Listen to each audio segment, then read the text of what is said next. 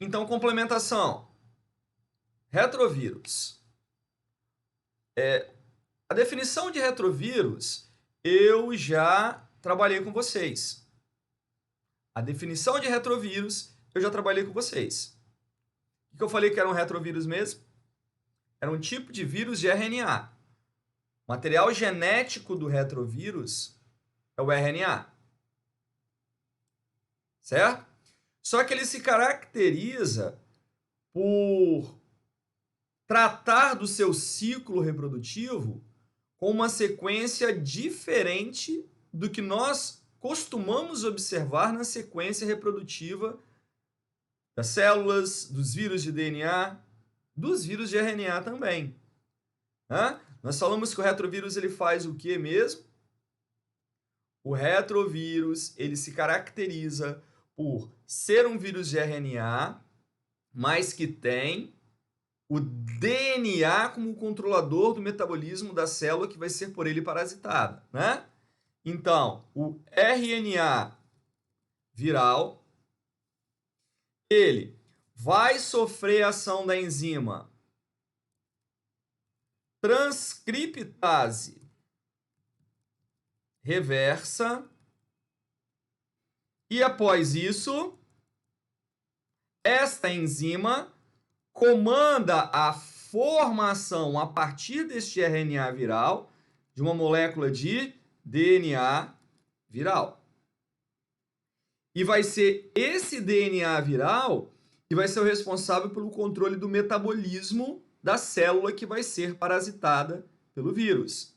Então, o DNA viral formado irá realizar o controle do metabolismo da célula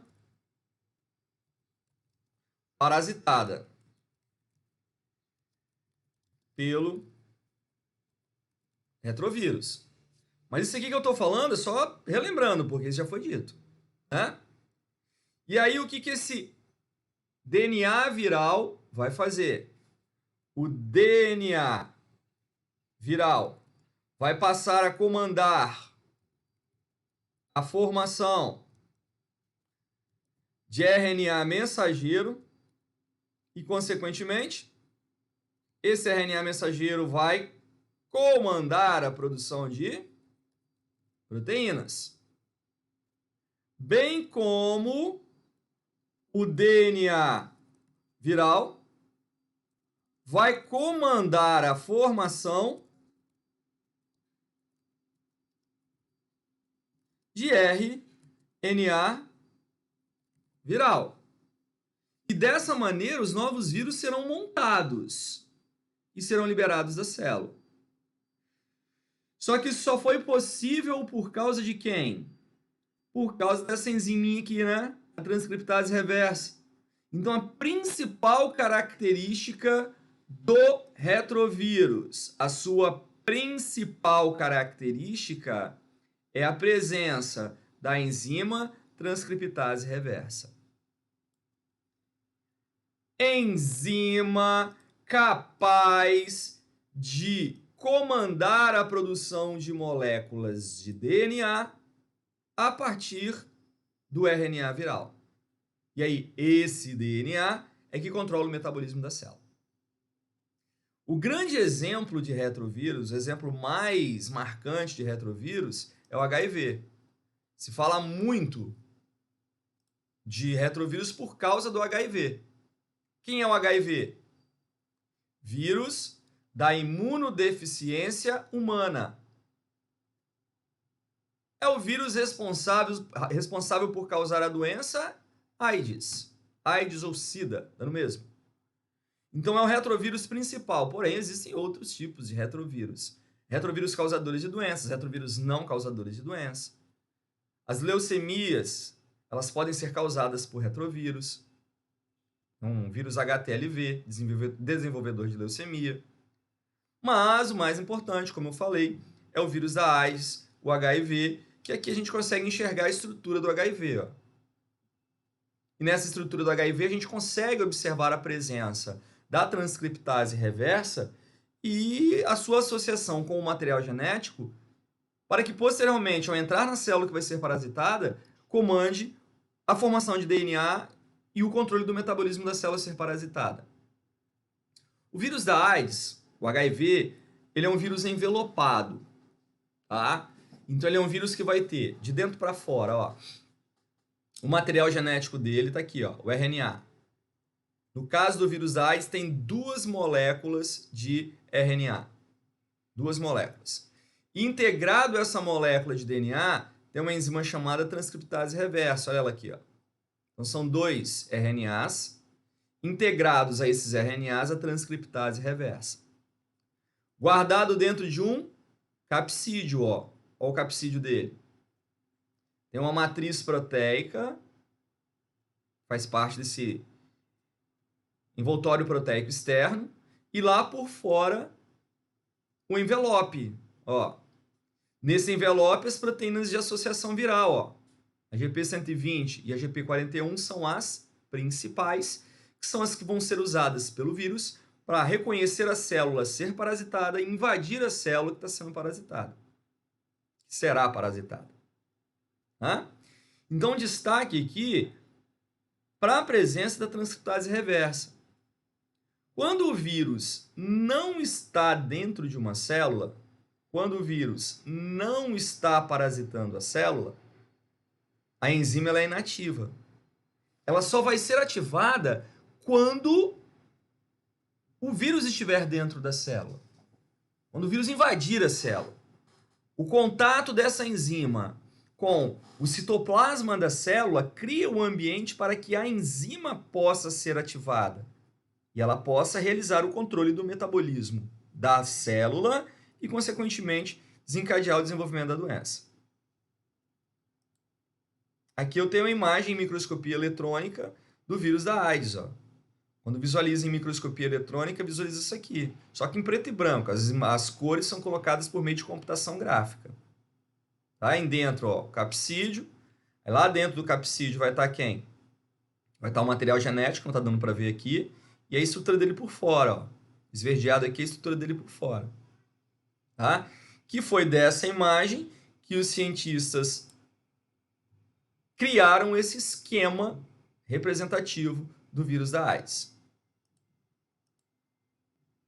Bom, como que o vírus da AIDS se reproduz? Saber o mecanismo de reprodução do vírus da AIDS, as etapas, melhor dizendo, né, de uma forma bem geral, permite que nós possamos entender como que se realiza hoje um controle dessa doença.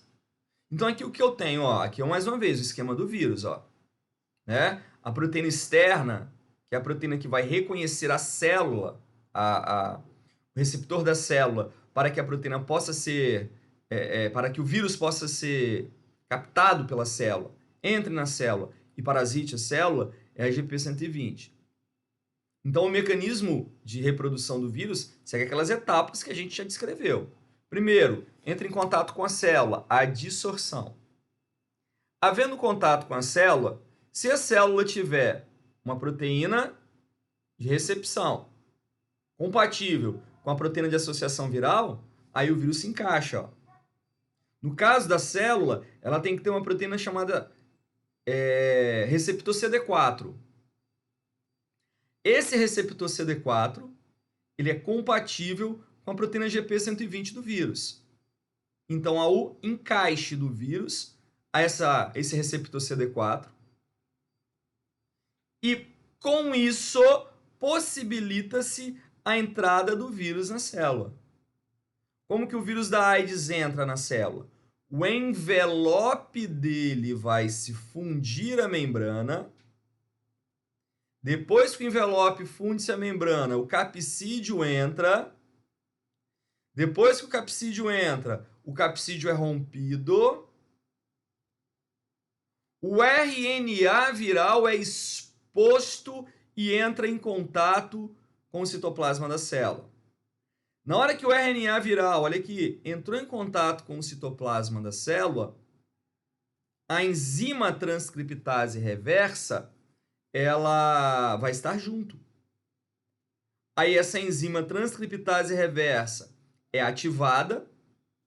Daí O RNA viral, ó, serve de molde para formar o DNA viral. Formou o DNA viral. Esse DNA viral vai invadir o núcleo da célula. Isso que está acontecendo no citoplasma. Ó. Aí esse DNA vai invadir o núcleo da célula, que é o núcleo. E lá no núcleo da célula, o DNA do vírus vai ser integrado ao DNA da célula. Ó. Em azul é DNA da célula, em amarelo é DNA do vírus. Para que haja essa integração, é necessário a ação de uma enzima chamada integrase do próprio vírus. Integrou o DNA do vírus, esse laranja aqui, com o DNA da célula. Em azul, esse vírus ele pode ficar em latência, esquecido, guardado, sem se manifestar, ou pode ativar o controle do metabolismo da célula para que novos vírus sejam formados. Daí o que vai acontecer? Esse DNA vai comandar a formação de RNA mensageiro que vai produzir proteína. Ó. Esse DNA vai comandar a formação de novos RNAs virais. Ó. A proteína, quando ela é produzida em forma de uma proteína única e grande. Aí essa proteína ela vai ser fragmentada em pedaços, onde cada pedaço vai ser um componente viral. Vai se montar a estrutura do vírus com as proteínas e o RNA, e a partícula viral vai sair como se fosse um broto, por um brotamento. Dessa maneira, o que nós tivemos? Nós tivemos uma nova partícula viral sendo formada, liberada, apta a reconhecer uma nova célula e parasitar a nova célula.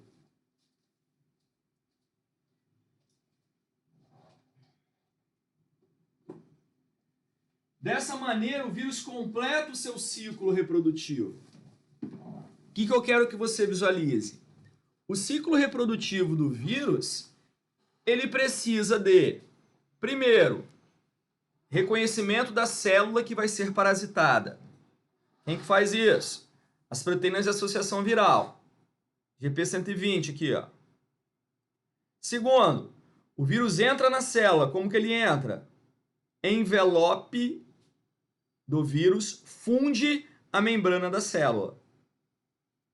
Terceiro, o capsídeo dentro da célula é rompido, liberando o RNA viral. Quando libera o RNA viral, a enzima transcriptase reversa é ativada e forma DNA viral.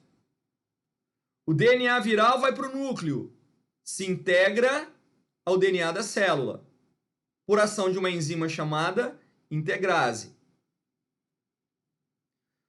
Do núcleo, esse DNA viral começa a controlar o metabolismo bacteriano para a formação de novos vírus. Então vai formar novos RNAs virais, vai formar RNA mensageiro, que por sua vez vai ser traduzido para formar proteína viral. Só que a proteína, quando ela é produzida de forma integral, é uma proteína grande, gigante produzida. Aí essa proteína depois, por ação da enzima protease, vai ser quebrada nas várias proteínas do vírus e cada uma passa a tomar o seu lugar na construção do vírus. Forma cápsula, proteína de envelope, associa-se ao genoma viral, nova partícula viral formada e liberada como se fosse um pequeno broto. Dessa maneira, o vírus completou o seu ciclo reprodutivo. Visualizou? Aqui, ó, aqui eu tenho a imagem de uma partícula viral sendo liberada. Ó. Ela vai saindo como se fosse um pequeno broto na membrana. Aqui o capsídeo montado, ó. Aí ele vem na membrana e é liberado. Do mesmo jeito que ele é liberado assim, ele entra assim, né? A hora que o vírus entra em contato com a membrana, ele funde o seu envelope com a membrana plasmática da célula. E o detalhe, a célula fica toda marcada, ó. A célula fica marcada externamente pelas proteínas do envelope viral. E aí, células infectadas podem ser posteriormente reconhecidas por anticorpos específicos, caso esses anticorpos específicos existam no organismo do indivíduo. Aqui eu tenho uma célula que, devido à grande quantidade de vírus, não suportou a infecção e chegou um momento que aconteceu o que com ela? Ela foi lisada, ela sofreu lisa, rompeu. E aí os vírus liberados, ó, muitos vírus saindo ao mesmo tempo. Então, durante a eliminação do vírus, pode ser que a célula não seja destruída, ou pode ser que a célula seja destruída. Vai depender da carga de infecção viral dentro da célula. Células parasitadas pelo vírus da AIDS. Todas as células que tiverem o receptor CD4. A principal célula que tem o receptor CD4 é o linfócito CD4, ou linfócito T4, que é um linfócito importantíssimo no sistema imunológico. Por isso, as pessoas que têm o vírus HIV desenvolvem sintomas ligados à baixa imunidade. A AIDS, entre os vários sintomas que ela desenvolve, um dos marcantes é a baixa imunidade. Por isso que ele é o vírus da imunodeficiência. E aí essa baixa imunidade faz com que a pessoa esteja mais sujeita ao ataque de outros tipos de micro-organismos, desenvolvendo outras doenças oportunistas. E essas outras doenças oportunistas, elas podem levar o indivíduo à morte. Tá? Outro detalhe marcante aqui, quando nós analisamos o vírus da AIDS, o ciclo reprodutivo do vírus da AIDS, nós identificamos 3 etapas importantes da reprodução do vírus quando o vírus está dentro da célula. Primeira etapa. A primeira etapa importante é a ação da transcriptase reversa. Então aqui, ó. Aqui eu tenho a primeira etapa importante na replicação do vírus. A ação da transcriptase reversa. Segunda etapa importante, a ação da integrase. E terceira etapa importante, a ação da protease. Transcriptase reversa, integrase e protease são 3 enzimas do vírus e que são usadas para que ele possa completar o seu ciclo reprodutivo. A transcriptase reversa comanda a formação de DNA viral a partir do RNA. A integrase integra o DNA formado ao DNA da célula lá no núcleo. E a protease produz as proteínas virais. Processa, melhor dizendo, as proteínas virais para que as novas partículas virais sejam formadas. A AIDS é uma doença que não tem cura. Porém, a AIDS é uma doença que hoje ela é perfeitamente controlada. Controlada de que maneira? Controlada por meio de medicamentos que impedem a reprodução e liberação de novos vírus. Porque se o indivíduo não tem vírus se reproduzindo, ele não vai ter as células alvo do vírus sendo afetadas. Consequentemente, não desenvolve sintomas. Como que consegue impedir a reprodução do vírus? Impedindo a ação dessas enzimas. Ó. Então, os medicamentos que controlam o desenvolvimento da AIDS são medicamentos que têm como alvo as enzimas responsáveis pela reprodução do vírus. Tem como alvo a transcriptase reversa, tem como alvo a integrase e tem como alvo a protease. Inibindo a atividade dessas enzimas. Porque se inibe a atividade dessas enzimas, inibe a reprodução do vírus, né? Se não tiver transcriptase reversa, o que não vai ter? Não vai ter DNA viral formado, ó. Então a sequência reprodutiva não acontece. Então, se não tem transcriptase reversa, a gente vai encerrar a reprodução do vírus aqui, ó. Não vai ter essa etapa. Se não tiver integrase, o que não vai acontecer? Não vai acontecer a integração do DNA viral ao DNA da célula. E se não tiver protease, o que não vai acontecer? O processamento das proteínas virais. E sem essas etapas, o que não vai ter? Novos vírus sendo formados. Resultado: bloqueando a atividade dessas enzimas, bloqueia-se a reprodução do vírus.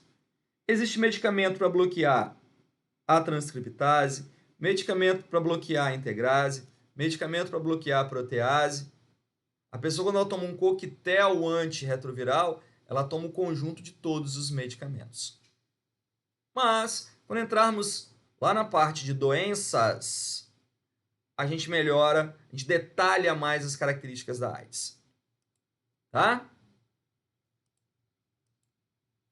Bom, a partir de tudo que a gente viu a respeito de vírus, né, nós podemos completar o nosso raciocínio de vírus com algumas informações importantes. Primeiro, nós vimos que vírus são organismos acelulares, né? Micro-organismos acelulares. Não tem célula e não tem metabolismo. O que isso significa? Significa que, ao tentarmos realizar um combate das doenças virais, não adianta você tomar antibiótico, porque antibiótico não serve para combater vírus. E por que antibiótico não serve para combater vírus? Porque o antibiótico tem como alvo o metabolismo bacteriano. O alvo dos antibióticos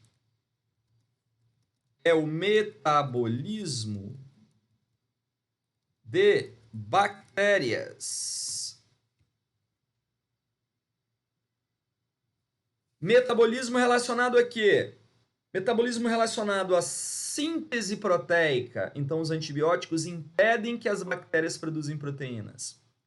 Metabolismo relacionado à síntese de DNA, à síntese de RNA. Então, os antibióticos bloqueiam a produção de DNA ou RNA. Construção de parede celular bacteriana. O que isso significa? Significa que toda vez que você faz um tratamento com antibiótico, esse tratamento é para você combater bacteriose. Como vírus não tem metabolismo, isso quer dizer que antibiótico não serve para combater infecção viral. Tá? Ah, vou fazer o tratamento com a virose. O médico me receitou antibiótico. Tá errado, não está certo. O antibiótico não serve para combater o vírus. O que pode ser feito? Pode ser feito o seguinte: você está com uma virose, essa virose ela pode te deixar mais debilitado, o médico te receita um antibiótico para evitar uma infecção bacteriana secundária. Aí beleza. Agora, para eliminar o vírus, não. Tá bom? Exemplo, é muito comum as pessoas que têm Covid vão ao médico hoje e um dos tratamentos que os médicos têm usado é oferecer um antibiótico. Ó, você está com Covid, então o que a gente vai te dar? Remédio para dor, se você sentir dor no corpo, dor de cabeça, você toma. Não vai atacar o vírus, mas vai impedir que você sofra. E toma esse antibiótico aqui. Por quê? Porque, neste caso, o médico sugere, o médico vislumbra, que há um risco de você desenvolver uma pneumonia bacteriana. E se você junta a pneumonia bacteriana com a pneumonia viral, que o vírus da Covid já está causando, você corre o risco de ter grandes complicações. Então, quando o médico te dá um antibiótico, não é para matar o vírus, é para evitar uma infecção bacteriana. Beleza? Como que a gente combate uma virose? As viroses só são combatidas pelo seu sistema imunológico. Ó, os medicamentos, eles só tratam sintomas. Quando você toma um remédio para combater uma virose, na verdade, aquele remédio é para combater um sintoma. Ah, tô com dor de cabeça, dor no corpo. Então você vai lá e toma um Tilenol, uma dipirona, para evitar a dor de cabeça, para evitar a dor no corpo. Mas, para o seu organismo, para você se ver livre da virose, é o seu organismo que tem que produzir anticorpos específicos e esses anticorpos eles vão atuar contra o vírus. Então, para a eliminação dos vírus, há necessidade de anticorpos específicos contra aquele vírus. Que é o que as vacinas fazem, né? Quando você toma uma vacina, você está estimulando o seu sistema imunológico a produzir anticorpo contra um determinado vírus. É isso que a vacina faz. As vacinas, elas atuam estimulando o sistema imunológico a produzirem anticorpos contra determinado vírus. Então, quando você toma uma vacina contra o vírus da Covid-19, você está tomando um agente estimulante à produção de anticorpos contra o vírus. E aí, o que o seu organismo faz? Seu organismo forma uma memória imunológica. Quando você produz anticorpos, você gera uma memória imunológica. E essa memória imunológica faz com que, quando você entrar em contato com o vírus mesmo, você consiga responder rápido contra esse vírus. E respondendo rápido contra o vírus, não dá tempo dele se multiplicar muito, fazendo com que minimizem os sintomas ou não venham sintomas. Você elimina a infecção viral antes dos sintomas aparecerem, ou elimina a infecção viral mais rápido ao ponto dos sintomas, se aparecerem, serem sintomas leves. É o que a vacina faz. As vacinas que estão sendo dadas aí contra o vírus da Covid-19 são vacinas que trazem esse tipo de prevenção. A finalidade da vacina é que você estimule o seu corpo a produzir anticorpos contra o vírus da Covid e, ao produzir esses anticorpos, você tenha células de memória que saibam produzir esses anticorpos de forma rápida. Então, se você entrar em contato com o vírus, o que vai acontecer? O seu sistema imunológico já está ativado. Ele reconhece rápido o vírus, produz anticorpos rapidamente contra os vírus e neutraliza esses vírus antes que você desenvolva sintomas. Ou, se você desenvolver sintomas, os sintomas serão leves, não serão sintomas graves. Então, essa é a ideia que nós temos que ter a respeito dos vírus. Para combater os vírus, há necessidade de anticorpo. Vacina é método preventivo. Não tem medicamento para matar vírus. Ah, vou usar cloroquina, que a cloroquina mata o vírus. Não! Existem N orientações que é um medicamento que não tem nenhuma comprovação contra a virose. A única coisa que é comprovado contra uma virose é anticorpo. Ou que você produziu naturalmente por ter entrado em contato com o vírus, e se você pega a doença, você naturalmente vai se curar dessa doença, porque você produziu anticorpos contra essa doença e formou uma memória imunológica. Então você está imunizado. Ou você se vacinou e induziu a uma memória imunológica e aí você está imunizado.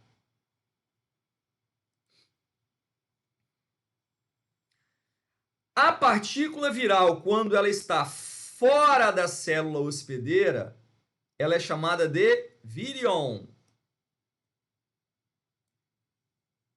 E cada espécie de vírus apresenta virions com formatos diferentes. Então, o termo vírus mesmo, ele é um termo convenientemente usado para a partícula viral em fase de infecção. Outra informação, um tipo de vírus ataca apenas determinados tipos de células, porque o vírus só consegue infectar a célula que tiver em sua membrana receptores que possam se ligar ao vírus. É a história da proteína ligante e o receptor viral. Já falei disso com vocês. E é isso que vai determinar a forma que você vai adquirir uma determinada virose e os sintomas que você vai ter da virose. O vírus da AIDS eu falei que afeta o quê? O linfócito CD4, que é uma célula do sistema imunológico. Então, qual é o sintoma que o vírus AIDS vai trazer? Uma baixa imunidade. E aí vai embora. Tá? Botei aqui alguns exemplos, ó. O vírus da poliomielite infecta apenas células nervosas intestinais da mucosa da garganta. O vírus da rubéola já é um vírus cosmopolita, né? Consegue infectar o maior número de tecidos humanos. O vírus da gripe pode infectar diferentes tipos de células também, porém tem um foco principal para onde? Para o sistema respiratório.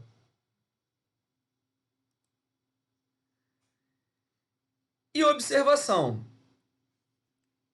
Existem 3 outras partículas infecciosas que não são vírus, mas que podem ter uma estrutura que lembre ou que seja um pouco similar aos vírus. Os chamados viroides, os chamados virusoides e os chamados prions, na outra lâmina.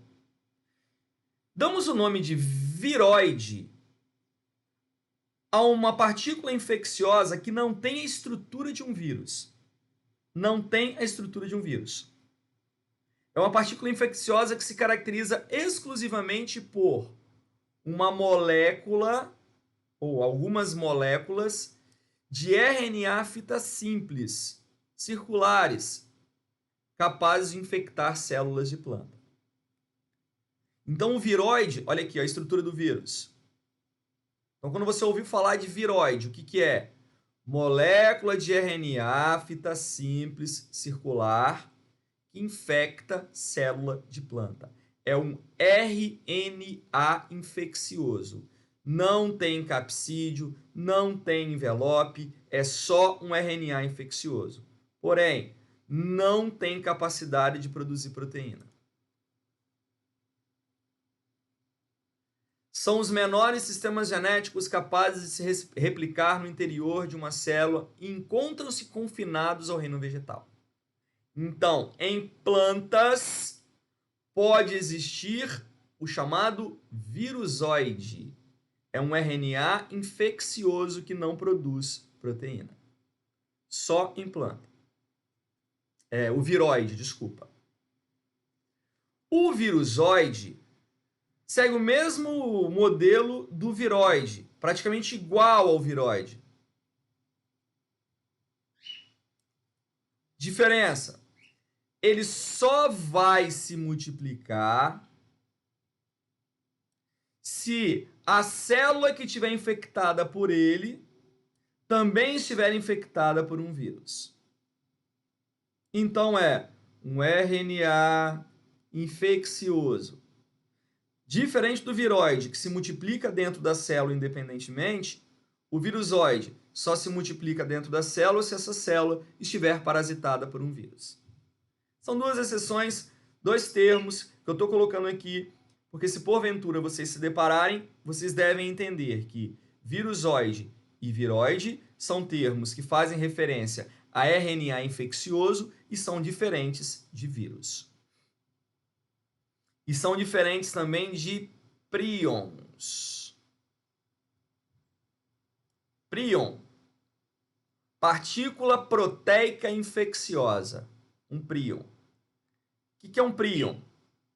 Um prion é uma proteína, é uma partícula proteica com capacidade de modificar, é uma partícula proteica mutada, alterada, com capacidade de modificar outras partículas proteicas, transformar outras partículas proteicas em partículas mutadas, fazendo com que essas proteínas percam suas funções e criem um quadro degenerativo no órgão afetado por este prion.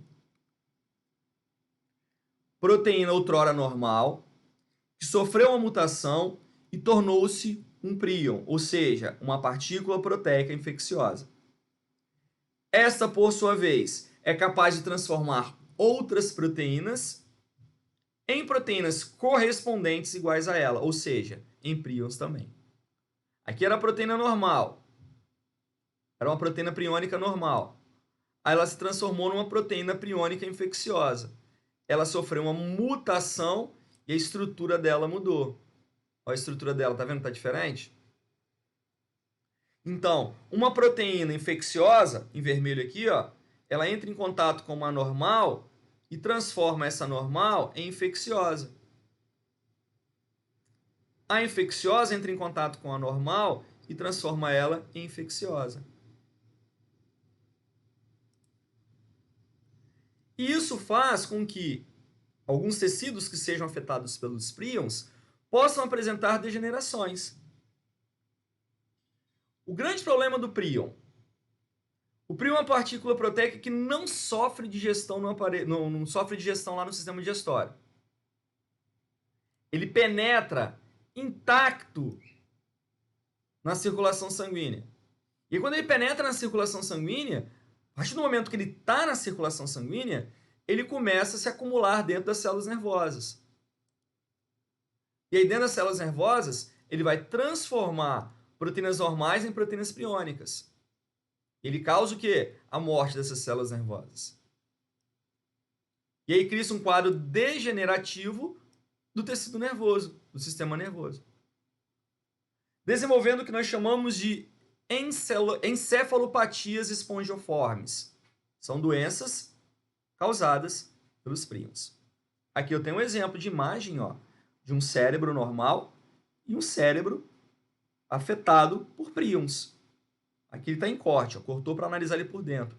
Olha a degeneração que você tem no sistema nervoso. Encefalopatias espongiformes mais comuns, vamos colocar assim, não é muito comum, né, mas as mais conhecidas nos humanos, serão representadas pela doença de Creutzfeldt-Jacobson, Curu, insônia familiar fatal, síndrome de Gertmann-Straussler-Scheinker.